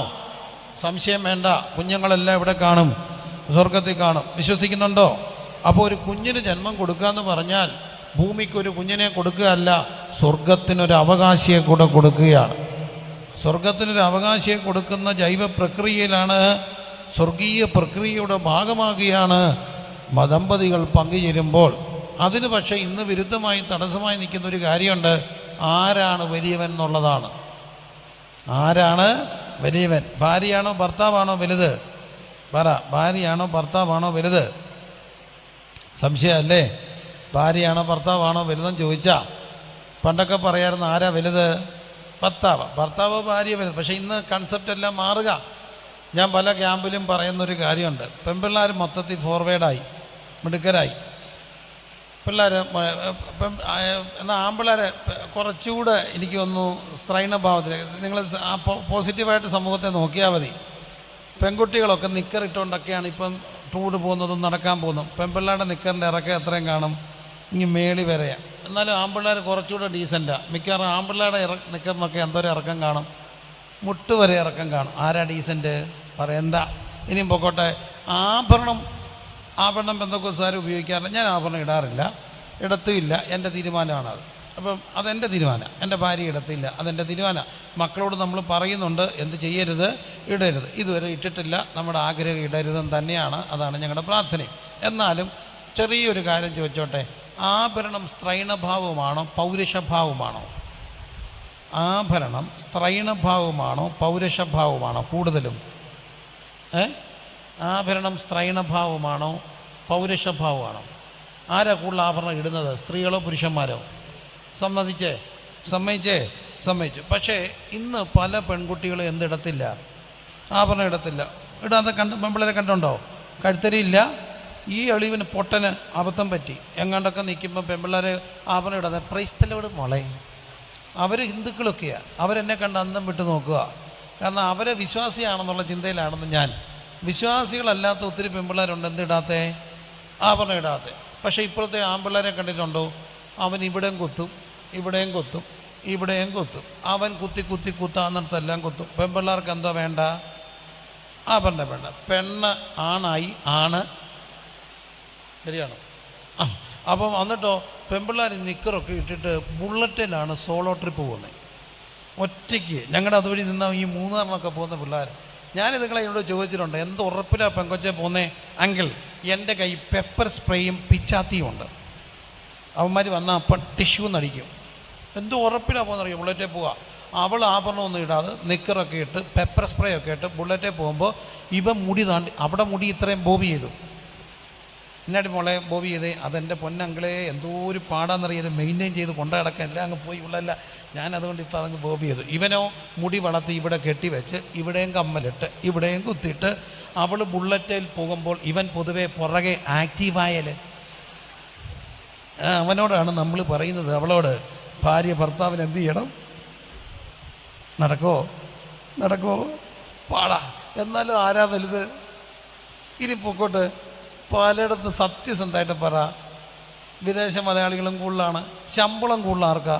പണ്ട് ബ്രെഡ് വിന്നർ ആരായിരുന്നു? ബ്രെഡ് വിന്നർ വീട്ടിൽ ചിലവ് നടത്തുന്ന ആരാ? അച്ചായൻ. വീട് നോക്കുന്ന ആരാ? അമ്മമ്മ. അതിൻ്റെ ഹുങ്ക് അച്ചായനുണ്ടായിരുന്നു. ഞാൻ നമുക്ക് ചിലവിന് കൊടുക്കുന്നില്ലേ? ഇനി എന്തോ വേണ്ടേ? വല്ല കുറവുണ്ടോ ചോദിച്ചാൽ എല്ലാം മേടിച്ച് കൊടുത്തില്ലേ? പറ, ചോദിക്ക് പാസ്റ്ററെ, ഞാൻ കൊടുത്തില്ലേ? അച്ചായൻ ചിലവിന് കൊടുത്തെന്നുള്ളതാണ്. ഇന്ന് പക്ഷേ സത്യത്തിൽ ആരാ ചിലവിന് കൊടുക്കുന്നത്? അവളാ ചിലവിന് കൊടുക്കുന്നത്. അവിടെ ചിലവിലാണ് ആര് കഴിയുക? ഭർത്താവ് കഴിയുക. ആരാ വലുത്? ആരാ വലുത്? പ്രശ്ന ആരാ വലുത്? ഇവരൊക്കെയാണ് പ്രശ്നം. ഇവിടെയാണ്. എന്നെ ഒരു രാജ്യത്ത് കൊണ്ടുപോയി. ഞങ്ങൾ ചില കഥകൾ പറയും, പക്ഷെ കഥ ഞാൻ ഒരിക്കലും എവിടത്തെയാണെന്ന് പറയത്തില്ല, ക്ലൂ തരത്തില്ല. എന്നാലും തണുത്ത ഒരു രാജ്യത്ത് ഞാൻ കൊണ്ടുപോയി. അവിടെ ചെന്നപ്പോൾ അന്ന് ഞങ്ങളുടെ ഹോള് പണിയുമ്പോൾ എന്നെ എൻ്റെ ഒരു കസിൻ, എൻ്റെ ഒരു സഭയുടെ വിശ്വാസി എന്നെ വിസായും ടിക്കറ്റും തന്ന് അവിടെ സ്ഥലത്ത് കൊണ്ടുപോയത് ഹോള് പണിയുടെയൊക്കെ ബന്ധത്തിലാണ്. ശുശ്രൂഷയുണ്ട്, ഹോള് പണിയൊക്കെ വേണ്ടി ഫണ്ട് റൈസിങ്ങും ഉണ്ട്. കള്ളം പറയുന്നതിന് സത്യസന്ധമാണ്. നമ്മുടെ ലക്ഷ്യങ്ങൾ അല്ലെങ്കിൽ നമ്മുടെ സഭയ്ക്ക് വേണ്ടിയല്ലല്ലോ, ദൈവസഭയ്ക്ക് ഫണ്ട് റൈസ് ചെയ്യണം, അതിന് പോകാറുണ്ട്. അപ്പോൾ അങ്ങനെ പോയപ്പോൾ എന്നെ ഈ സുഹൃത്ത് ഒരു വീട്ടിൽ കൊണ്ടുപോയി. പ്രശ്നമാണ് പ്രാർത്ഥിക്കണം, ചെറിയൊരു പ്രശ്നമുണ്ട്. ഞാനവിടെ ചെന്നപ്പോൾ ഉണ്ടല്ലോ എൻ്റെ പൊന്നു മക്കളെ, തണുത്ത രാജ്യം. ഇതൊന്നും അല്ല ഒറിജിനൽ ഐസ് വീഴുന്നിടത്ത്. അവിടെ ഹീറ്റർ എല്ലായിടത്തും ഉണ്ട്. ഈ വീട്ടിൽ ഹീറ്ററില്ല. എന്നെ തണുക്കുന്നു, പിള്ളേരെ തണുക്കുന്നു, എല്ലാവരും. ഞാൻ ചോദിച്ചു, ഹീറ്റർ ഇല്ലേ? ഇവർ കണ്ണി നോക്കുക ഭാര്യ. ഹീറ്റർ ഇല്ലേ? ഇതെന്നെ ഓണാക്കാത്ത, എന്നെ തണുക്കുന്നു. അപ്പോഴാണ് എനിക്ക് മനസ്സിലായത് അവിടെ ഈ ടോപ്പപ്പ് ചെയ്യുന്ന ഒരു രീതിയാണ്. കഴിഞ്ഞതിന് മുമ്പത്തെ മാസം അവൾ ചെയ്തു, പിന്നെ അവൻ ചെയ്തു, പിന്നെ ഇവൾ ചെയ്തു. ഈ പ്രാവശ്യം അവൻ്റെ ടേണ, അവൻ ചെയ്തില്ല, അതുകൊണ്ട് അവളും ചെയ്തില്ല. ഇങ്ങനെ വിറയ്ക്കുക. പിന്നെ കണക്കങ്ങോട്ട് കീറിക്കെട്ടി പറയാൻ തുടങ്ങി, പൈസയുടെ കണക്കാ. അവൻ്റെ അപ്പൻ അസുഖം ഉണ്ടായപ്പോൾ ഇവൾ പൈസ അയപ്പിച്ചില്ല, അയാൾ ചത്തുപോയി. അവിടെ അപ്പൻ അസുഖം ഉണ്ടായപ്പോൾ ഇവൻ പൈസ അയപ്പിച്ചില്ല, അയാളും ചത്തുപോയി. രണ്ടിനും ആൻജിയോപ്ലാസ്റ്റിയാണ്. നിമ്മളന്മാർ പൈസ കൊടുത്തില്ല, ചത്തു. മഴക്ക രണ്ടും കൂടെ വഴക്കുണ്ടാക്കുക, എന്നെ വിറയ്ക്കുക. അപ്പം ഞാൻ എഴുന്നിട്ട് എന്നെ അങ്ങ് കാലിച്ച് കേട്ടു. നമ്മളെ യോഹന്നാൻ സാബിൻ്റെ ആത്മാവ് കയറി. അപ്പോൾ എൻ്റെ കസിൻ എൻ്റെ ചെവിയെ പറഞ്ഞു, ഗുണം പിടിക്കുന്ന കേസല്ലിത്, അവളെ സപ്പോർട്ട് ചെയ്യും, അവിടെ ഇല്ല പൈസ, നമുക്ക് ഹോള് പണിയണം, കിട്ടുന്ന മേടിച്ചുകൊണ്ട് പോവാം. ഞാൻ പറഞ്ഞു, ഇവിടെ പൈസ കൊണ്ട് ഹോള് പണിതാൽ ഹോൾ ഇടിഞ്ഞ് താഴെ വീഴും, കമ്പീൻസിൻ്റെ സഹിക്കില്ല. നിങ്ങളെന്തോ ഞങ്ങളെക്കുറിച്ച് ഓർത്തേക്കുന്നേ? ഞങ്ങൾ പൈസയ്ക്ക് അടയ്ക്കാമെന്നോ? ഞങ്ങൾ പൈസയ്ക്ക് അടയ്ക്കൊന്നുമല്ല. ഞങ്ങളെന്നും പ്രാർത്ഥിക്കും, ദൈവഗതമല്ലാത്ത ഒറ്റ പൈസ കൈ വന്നേക്കരുത്. മനസ്സിലാകുന്നുണ്ടോ? പൈസയ്ക്ക് പ്രാർത്ഥിക്കുന്ന വേറൊരു കാര്യം. അപ്പം തന്നെ പ്രാർത്ഥിക്കും, കർത്താവേ, തിരികതമല്ലാത്ത ഒരു പൈസയെ ഈ കൈ വരരുത്, അത് ശാപമാ. ദൈവഗതമല്ലാത്ത ഒരു പൈസയും വരരുതെന്ന് പ്രാർത്ഥിക്കുന്ന ഒരാളാണ് ഞാൻ. ആമേൻ പറയാമെങ്കിൽ ആമേൻ പറഞ്ഞു. ദൈവഗതം അല്ലാത്ത വേണോ? ദൈവഗതം അല്ലാത്ത പൈസ കൈ വരണോ? വേണ്ടാന്ന് തന്നെ പറയണം, ആർജവത്വത്തോടെ പ്രാർത്ഥിക്കണം. അതുകൊണ്ട് ഒന്നും മുടങ്ങത്തില്ല, ദൈവഗതമായിട്ടുള്ളതേ വരാവൂ. ഏതായാലും ഞാൻ പറഞ്ഞു, ഇവിടെ പൈസ വേണ്ട, ഞാൻ പോവാമെന്ന് പറഞ്ഞു. എന്നോട് പറഞ്ഞ് പ്രാർത്ഥിക്കാൻ. ഞാൻ പറഞ്ഞു, ഞാൻ അവിടുന്ന് എൻ്റെ ചെരുപ്പിൻ്റെ പൊടി തട്ടിയിട്ടിട്ട് പോന്നു. ഞാൻ പോരുന്നതിന് മുമ്പ് ഒരു വാർത്ത കേട്ടു, ഭാര്യയും ഭർത്താവും കൂടെ വഴക്കുണ്ടായപ്പം അടുത്ത സായിപ്പ് പോലീസിനെ വിളിച്ചു. പോലീസ് വന്നു, അവനെ ഡീപ്പോർട്ട് ചെയ്തു. പിള്ളേരെ സോഷ്യൽ സർവീസുകാർ കൊണ്ടുപോയി പാകിസ്ഥാനികൾ വളർത്തുക. ഇവരുടെ പൈസയ്ക്ക് എന്ത് വിലയാ? എന്നാൽ ഒരു പൈസ ഇല്ലാത്ത എത്രയോ ഇടത്ത് അത്താഴ പട്ടിണിക്കാർ ഉള്ളതങ്ങോട്ട് കൂട്ടി കഴിച്ചിട്ട് രണ്ടുപേരും കൂടെ സ്വസ്ഥമായിട്ട് കിടക്കുന്നുണ്ട്. എന്നോടൊരു സഹോദരി പറഞ്ഞു, പാസ്റ്ററെ, കല്യാണം കഴിച്ച് വന്നപ്പോൾ 2.5 അടി കട്ടിലായിരുന്നു, ഒരു കൂറ തലവണയും പഴയ കുഴിഞ്ഞ ഒരു മത്തയും. 2.5 അടി കട്ടിലായതുകൊണ്ട് സന്തോഷമായിരുന്നു, കെട്ടിപ്പിടിച്ച് കിടക്കുമായിരുന്നു. 2.5 അടിയല്ലേ ഉള്ളൂ. ഇപ്പം സൗകര്യം കൂടി 6 അടി കട്ടിലാ, വലിയ കട്ടിലാ, കിങ് സൈസാ. ഞാൻ അങ്ങേ അറ്റത്തും അച്ചാൻ അങ്ങേ അറ്റത്തുമാണ്. സൗകര്യം കൂടിയപ്പോൾ ബന്ധങ്ങൾ കുറഞ്ഞില്ലേ? ആരാ വലുത്? പൈസയല്ല വലുത്. ഉദ്ദിതനെ കണ്ടോ സ്വയം സബ്മിറ്റ് ചെയ്യും.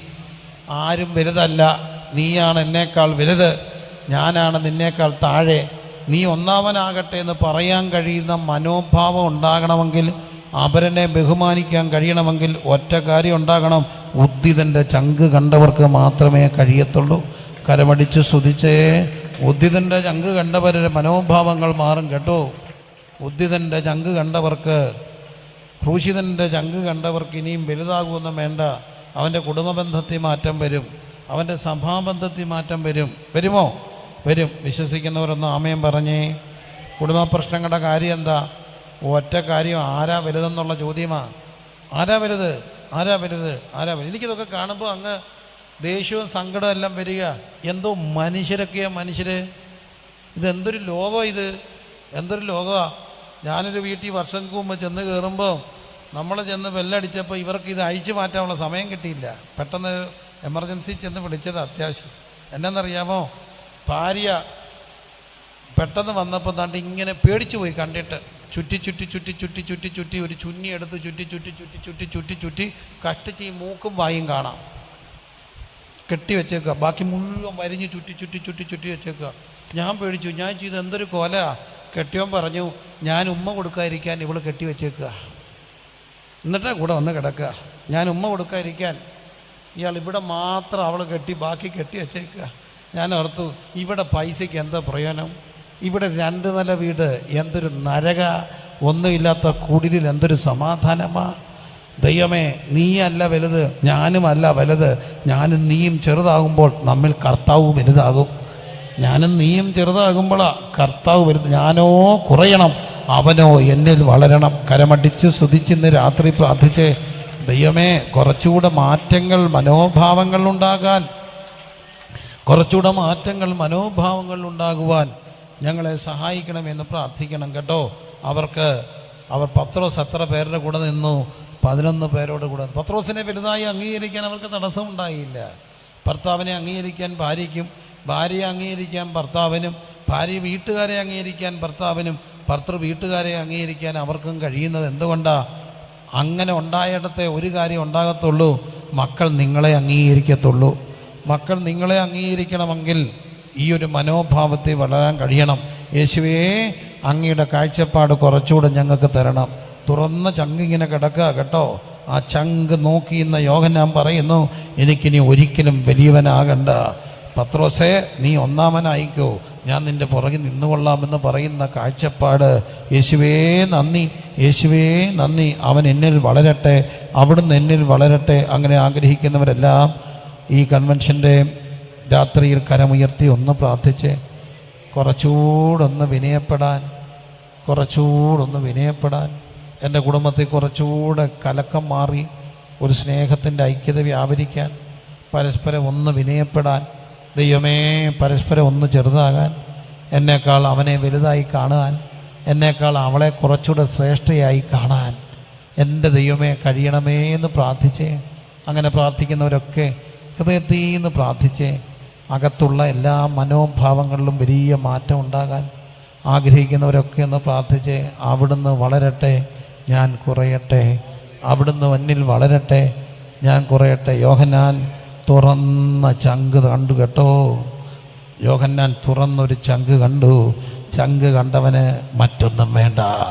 ചങ്ക് കണ്ടവന് മറ്റൊന്നും വേണ്ട. ഞാൻ യോഹന്നാനോട് ചോദിച്ചു, അതിലെന്താ കണ്ടത്? യോഹന്നാൻ കണ്ടു, പറഞ്ഞു, ഞാൻ അതിൽ കണ്ടത് ഒറ്റ കാര്യമാ, സ്നേഹം, സ്നേഹം, സ്നേഹം, ത്യാഗം, ത്യാഗം, ത്യാഗം, സ്നേഹവും ത്യാഗവും. അതാണ് ഞാൻ ആ ചങ്കിൽ കണ്ട. രക്തവും വെള്ളത്തിൽ നിന്നും ഞാൻ കണ്ടൊരു കാഴ്ചയുണ്ട്. അഗാപ്പയുടെ സ്നേഹം ഒഴുകുകയാ. ആ സ്നേഹത്തിൻ്റെ നദി എന്നിലൂടെ ഒഴുകാൻ, എൻ്റെ കുടുംബത്തിലൂടെ ഒഴുകിയിട്ട് ഞാനോ കുറയട്ടെ, അവൻ വളരട്ടെ, അവൻ വളരട്ടെ, എല്ലാവരും വളരട്ടെ. മക്കൾ ആ ബന്ധത്തിൽ കണ്ട് വളരട്ടെ.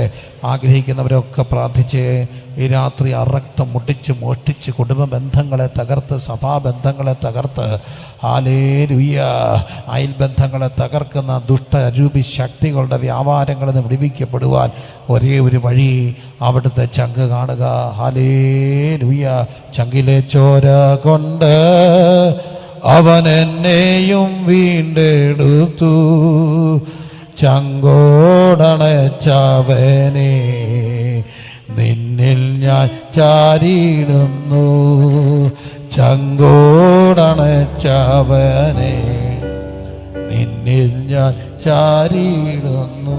അങ്ങനെ പത്രോസ് 11 പേരോട് കൂടെ നിന്നു. ഒന്ന്, കുറച്ചുകൂടെ ഭാഷ മനസ്സിലായി അല്ലേ? അവർക്ക് പരസ്പരം എന്ത് മനസ്സിലായി? ഭാഷ മനസ്സിലായി. കലക്കുക, കലക്കത്തിൻ്റെ ലോകമാണ്. കലക്കത്തിൻ്റെ ലോകത്ത് ഭാഷ മനസ്സിലാക്കുന്ന മനുഷ്യരുണ്ടാകുക. ഇവിടെ വലിയൊരു പ്രശ്നങ്ങളുടെ ലോകത്തോടാണ് ലോകം പോവുക. എന്താണ് ഈ പ്രശ്നങ്ങളുടെ എല്ലാം കാര്യം? ഭാഷ കലങ്ങിപ്പോവുക. അവിടെ അവർക്ക് ഭാഷ മനസ്സിലാക്കാൻ തുടങ്ങുന്നു. ഓടിക്കൂടിയവർക്കെല്ലാം ഭാഷ മനസ്സിലായി. പത്രോസ് 11 പേരോട് കൂടെ നിന്നുകൊണ്ട് സംസാരിച്ചു. എന്നെ അത്ഭുതപ്പെടുത്തിയ മറ്റൊരു കാര്യമുണ്ട്. ആ പ്രസംഗത്തെ മുഴുവൻ വചനം ഉദ്ധരിച്ചുകൊണ്ടാണ് പറയുക. 15-ാം അധ്യായത്തിലേക്ക് വരുമ്പോൾ അതിൻ്റെ 17 മുതൽ 16-ാമത്തെ വാക്യം, ഇന്ന് യോവേൽ പ്രവാചനം മുഖാന്തരം അരുളി ചെയ്തത്. അത് യോവേൽ പ്രവാചന പുസ്തകം 2-ാം അധ്യായത്തിൽ കാണാം. അന്ത്യകാലത്ത് ഞാൻ സകല ജനത്തിനുമേലും എൻ്റെ ആത്മാവിനെ പകരും, നിങ്ങളുടെ പുത്രന്മാരും പുത്രിമാരും പ്രവചിക്കും, നിങ്ങളുടെ യൗവനക്കാർ. അപ്പോൾ യോവേൽ പ്രവാചകൻ്റെ പുസ്തകം പറഞ്ഞുകൊണ്ട് പത്രോസ് പ്രസംഗിക്കുകയാണ്. അതിന് കാരണമുണ്ട്. അന്ന് പുസ്തകങ്ങൾ ഇതുപോലെ അച്ചടി പുസ്തകങ്ങളില്ല. ഉണ്ടോ? ഇല്ല. പക്ഷേ അന്നുണ്ടായിരുന്ന പുസ്തകങ്ങൾ തുകച്ചുരുളുകളൊക്കെയാണ്. എന്നിട്ടും ഈ വചനം ഇങ്ങനെ എഴുന്നേറ്റ് എന്ന് പറയണമെങ്കിൽ പത്രോസിൻ്റെ അകത്ത് ഈ കൂടെ നടന്നപ്പോൾ, വചനത്തിൻ്റെ കൂടെ നടന്നപ്പോൾ, വചനം ജഡാവതാരം ധരിച്ച് കൂടെ നടന്നവൻ്റെ കൂടെ നടന്നപ്പോൾ അവരുടെ അകത്ത് എന്ത് കയറി? വചനം കയറി. അകത്തെന്തോ വേണം? ദൈവവചനം വേണം. ഹല്ലേലൂയ. ആ വചനം പ്രസംഗിച്ചപ്പോഴാണ് 3000 പേർ രക്ഷിക്കപ്പെട്ടത്. ഇന്നും വചനം പ്രസംഗിച്ചാൽ അത്ഭുതങ്ങളുണ്ടാകും. വചനം പ്രസംഗിക്കാൻ ഇഷ്ടപ്പെടുന്നവരെ വചനം പറയണം. ഞാനൊരു വലിയ സാക്ഷ്യം കേട്ടു. ചെറിയ സാക്ഷ്യമാണെങ്കിലും അത് ഞാൻ കേട്ടില്ല. ഞങ്ങളുടെ സഭയിൽ വന്നപ്പോൾ ഞാനന്നില്ല. PG മാത്യൂസ് സാറ്, അദ്ദേഹം ചർച്ച് ഓഫ് ഗോഡിൻ്റെ മുൻ അസോസിയേറ്റ് ഓവർസിയർ ആയിരുന്നു. അദ്ദേഹം ഞങ്ങളുടെ നാട്ടുകാരനാണ്. PG Mathews uncle, PG Mathews ദൈവദാസൻ, പ്രായമുള്ളൊരു ദൈവദാസനാണ്. അദ്ദേഹം പരസ്യങ്ങൾ നടന്നൊരു ദൈവദാസനാണ്. അദ്ദേഹം തൻ്റെ ഒരു സാക്ഷ്യം പറഞ്ഞു. അദ്ദേഹം രക്ഷിക്കപ്പെട്ട ഞങ്ങളുടെ ആ നാടിൻ്റെ മലയുടെ മകളിലാണ്. അവിടെ അദ്ദേഹത്തിന് രക്ഷിക്കപ്പെട്ട് കഴിഞ്ഞപ്പോൾ എന്തോ ചെയ്യണമെന്നൊന്നും അറിയത്തില്ല. ഒറ്റ കാര്യം ചെയ്യും. 10, 16, 17 വയസ്സൊക്കെയുള്ള ചെറുപ്പക്കാരൻ ഒരു പാറയുടെ പുറത്ത് കയറി നിന്നുകൊണ്ട് എന്ന് 4 മണിക്ക് ഒരു 8-10 വാക്യം വിളിച്ച് പറയും. ചുമ്മാ അങ്ങ് വിളിച്ച് പറയും. അല്ലെല്ലാം മാനസാന്തരപ്പെടാൻ ഞാൻ നീയും അങ്ങനെ തന്നെ നശിച്ചു പോകും. വിശ്വസിക്കുകയും സ്നാനം ഏൽക്കുകയും ചെയ്യുന്നവൻ രക്ഷിക്കപ്പെടും. ഇപ്പോഴൊക്കെയാണ് ഈ കൺവെൻഷനൊക്കെ പാട്ട്. മറ്റേ കൺവെൻഷനൊക്കെ തുടങ്ങുമ്പോൾ ആദ്യം എന്ത് വിളിച്ച് പറയും? വാക്യങ്ങൾ വിളിച്ച് പറയും. വാക്യങ്ങളാണ് കൺവെൻഷൻ. നോട്ടീസിൻ്റെ മകളിൽ പോലും എന്താ എഴുതുക? വാക്യം എഴുതിയാണ് കൺവെൻഷൻ കൊടുക്കുക. അപ്പോൾ വാക്യങ്ങൾ വിളിച്ച് പറയുമായിരുന്നു. അദ്ദേഹം വാക്യങ്ങൾ വിളിച്ച് പറയും. ആര് കേട്ടു ആര് കേട്ടില്ല അറിയില്ല. പക്ഷേ അദ്ദേഹത്തിൻ്റെ മകൻ ഇന്ന് ഓസ്ട്രേലിയ ബ്രിസ്ബെയിനിൽ പാസ്റ്റർ ജസ്വിൻ, അനുഗ്രഹിക്കപ്പെട്ടൊരു സഭയുണ്ട്, നല്ലൊരു ദൈവദാസൻ. ഞാനവിടെ പോയിട്ടുണ്ട്. അദ്ദേഹം എൻ്റെ അടുത്തൊരു സുഹൃത്താണ്. വളരെ അടുത്തൊരു ആത്മീയ ബന്ധം പാസ്റ്റർ ജസ്വിനുമായിട്ട് എനിക്ക് ഉണ്ടാകാൻ ഇടയായി തീർന്നു.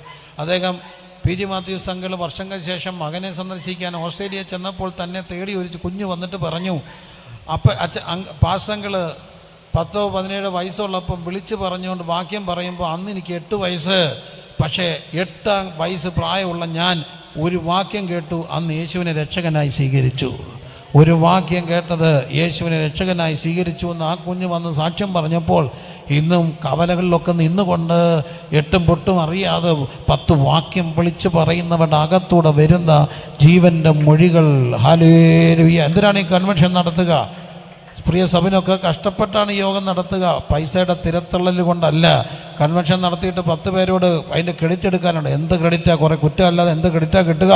പക്ഷെ ഒരു കാര്യം ഉറപ്പുണ്ട്, പറയപ്പെടുന്ന വചനങ്ങൾ നാളെ ഫലം തരാതെ മടങ്ങി വരികയില്ലെന്നുള്ള ഉറപ്പ്. കരമടിച്ച് സ്തുതിച്ച് പ്രാർത്ഥിച്ചേ.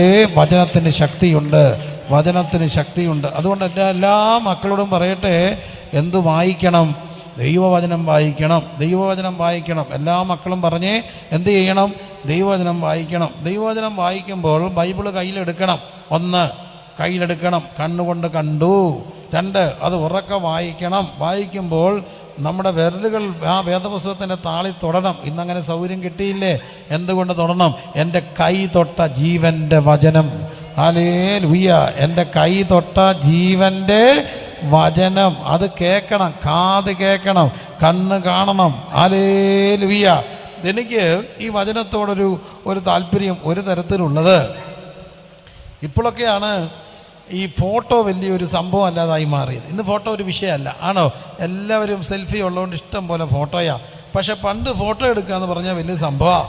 പ്രായമാകുന്ന അച്ഛനും അമ്മയും വീട്ടിലുള്ളപ്പോൾ ഒരു ഫോട്ടോഗ്രാഫറെയൊക്കെ വിളിച്ചുകൊണ്ട് വരും. ബ്ലാക്ക് ആൻഡ് വൈറ്റ് ഫോട്ടോ അവർ ഭയങ്കര ഇതൊക്കെ ആയിട്ട് വന്ന് എടുക്കും. ഫോട്ടോ എടുക്കാൻ വരുമ്പോൾ ചെറുക്കെങ്കിലും ഇഷ്ടപ്പെടത്തില്ല. ചില പറയും, ഇപ്പം എൻ്റെ ഫോട്ടോ ഒന്നും എടുക്കണ്ട, ഞാൻ അങ്ങനെ ഇപ്പം ഭിത്തിയെ കയറുന്നില്ല. ഫോട്ടോ എടുത്താൽ അതിൻ്റെ അർത്ഥം എവിടെ വെക്കുമെന്നാണ്? ഭിത്തിയല്ലേ തൂക്കാനാ അല്ലേ? ഭിത്തിയെ തൂക്കാനാ. അപ്പോൾ എന്നാലും അപ്പച്ചനും അമ്മച്ചോടും ഫോട്ടോ എടുക്കാൻ വരുമ്പോൾ ഒരുമാതിരിപ്പെട്ട ഒരു സിറിയൻ ക്രിസ്ത്യൻ ബാക്ക്ഗ്രൗണ്ടൊക്കെ ഉണ്ടായിരുന്നു, അല്ലെങ്കിൽ ക്രൈസ്തവ പശ്ചാത്തലമുള്ള പലരും, യാക്കോബക്കാരോ മർത്തോമക്കാരോ ആകട്ടെ, അവരൊരു കാര്യം ചെയ്യുമായിരുന്നു. അവർ വന്ന് ഫോട്ടോയ്ക്ക് നിൽക്കുമ്പം കയ്യിലെന്തോ കാണും? വേദപുസ്തകം കാണും. അവർ വേദപുസ്തകം എങ്ങനെ പിടിക്കുക? വേദപുസ്തകം എങ്ങനെ പിടിച്ചതെന്ന് കണ്ടിട്ടുള്ളവർ പറയാം. വേദപുസ്തകം അവരെങ്ങനെ പിടിച്ചെന്നറിയാം മക്കളെ? അറിയാവുന്ന ആരെങ്കിലും ഉണ്ടെങ്കിൽ ഒന്ന് പിടിച്ച് കാണിച്ച്. അങ്ങനെ ഒന്ന് പിടിച്ച് അണ്ടാ കറക്റ്റ് പിടിച്ചു. അത് കറക്റ്റ് ഒന്നെടുത്തിട്ട് ഇന്ന് കാണിച്ചണ്ട്. ഈ കുഞ്ഞ് കണ്ടിട്ടില്ല. ബ്രദർ ഒന്ന് കാണിച്ച ബ്രദർ, നല്ലൊരു കാര്യം. നമ്മുടെ ക്യാമറക്കാരൊന്ന് കാണിച്ചേക്കാം. നിങ്ങളും കൂടെ കാണണം. ഇങ്ങനെ പിടിച്ചോണ്ട് സത്യവേദപുസ്തകം കണ്ടോ? ഇങ്ങനെ നെഞ്ചോട് ചേർത്ത് പിടിച്ച് വേദപുസ്തകം. പെങ്കൊച്ചുണ്ട് പറയാ, കാണാൻ കൊള്ളാന്നൊരു കൊച്ച, എൻ്റെ ഭാഷ എവിടെ പോയാലും ശല്യ. അങ്ങ് പ്രൊപ്പോസ് ചെയ്യുക, പുറകെ വരിക, ഇഷ്ടമാണ്. ഞാൻ പറഞ്ഞ രക്ഷയുടെ ഒരു വഴിയുണ്ട്. സത്യവേദപുസ്തകം നെഞ്ചത്തെ പിടിച്ചുകൊണ്ട് ഒരു ഫോട്ടോ എടുത്ത് പ്രൊഫൈൽ പിക്ചർ ഇടുക. ആരെങ്കിലും റിക്വസ്റ്റ് അയക്കുമോ? ഇല്ല. എടാ, ഈ നമുക്ക് പറ്റിയ കേസല്ലടാ, അത് കന്യാസ്ത്രീയാടാ, പോട്ടടാ, എടാ വിട്ടുകളയടാ, പറ്റിയല്ലെന്ന് പറയടാ. രക്ഷയുടെ ഒരു വഴിയാടാ അത്. അങ്ങനെ വേദപുസ്തകം നെഞ്ചോട് പിടിച്ചുകൊണ്ട് പിള്ളേർ പ്രൊഫൈട്ടോ കഞ്ചാവ് ജോയിൻ്റ് അടിക്കാൻ വിളിക്കത്തില്ല. എടാ വരുന്ന ഒരെണ്ണം പഹിക്കാൻ വിളിക്കില്ല. വേദപുസ്തകത്തിന് ഭയങ്കര ശക്തിയാണ്.